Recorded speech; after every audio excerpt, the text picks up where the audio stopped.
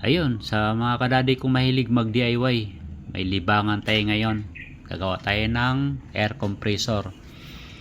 Ang compressor natin galing sa isang refrigerator na itatapon na sana o tinapon na yung kaha niya. Iniwan ko lang tong compressor, kaya gagawin natin ito ngayong isang air compressor.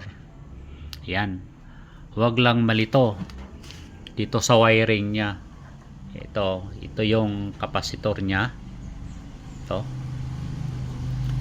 kapasitor. Ito naman yung maging wire niya. Ginawan ko lang ng jumper. Ito na, oh. So wag lang masyadong malito o wag lang malito. Ang gawin lang blue to blue. So ito yung supply natin na wire galing sa outlet. Ito naman yung papunta ng kapasitor at saka papunta ng motor. Ito yung papunta ng motor. Ito naman yung wire ng kapasitor. So ang gagawin lang, wag balito, blue to blue lang, blue to blue. So ginawan ko lang ng jumper dyan. So blue to blue. Pagkatapos brown to black. Yan lang, napakasimple. Yan, so, try natin.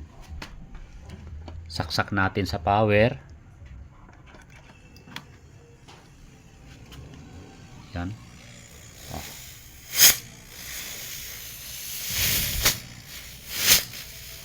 Narinig nyo ba? Mayroon siyang compression.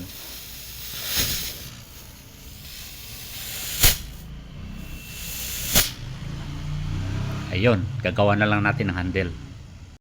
Ayun, tapos na natin ginawa ng handle. Medyo pangit lang tignan dahil galing lang to ng scrap. Pero wag ka, dahil malakas tong motor natin, 1 horsepower to. Mahina lang yung labas na hangin pero mataas yung pressure. At saka tinanggal na natin to para direkta na lang dito sa kapasitor. Ayun, subukan na natin. Wala to, hindi ko na ginawa ng switch, direct na. Pag saksak mo, diretso na siya andar. So, saksak natin. Ayan na. Ay, teka muna. Try muna natin na ang gulong natin, ha. Oh. Walang hangin to, malambot. Tapos to, walang pressure. Ngayon, lalagyan na natin ng hangin. Yan. Siguro mga 2 minutes siguro, or hindi pa makabot ng 2 minutes, mapupuno na ito. Aabot tayo ng 40 PSI.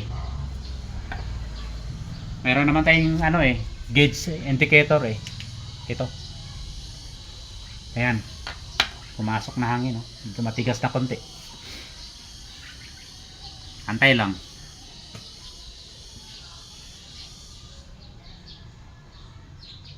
Ayan na, walang edito, walang tawag nito, walang cut ng natin, film.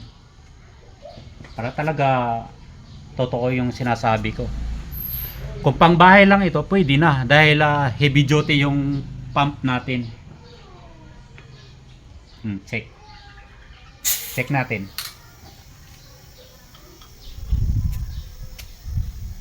Mayroon na siyang 24 PSI. Yan. Dagdagan pa natin. Gawin natin 40.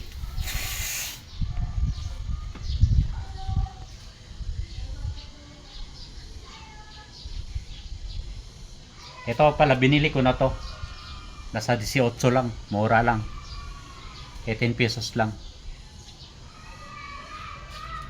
Kasali na ito. One set na yan.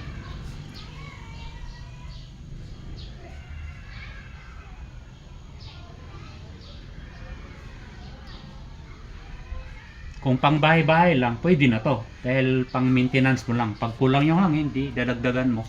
Hindi ka natatakbo sa vulcanizing shop. Ikaw na lang.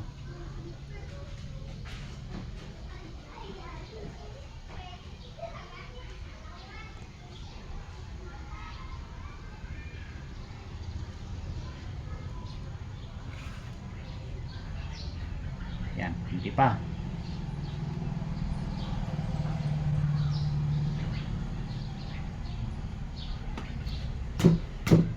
Basta.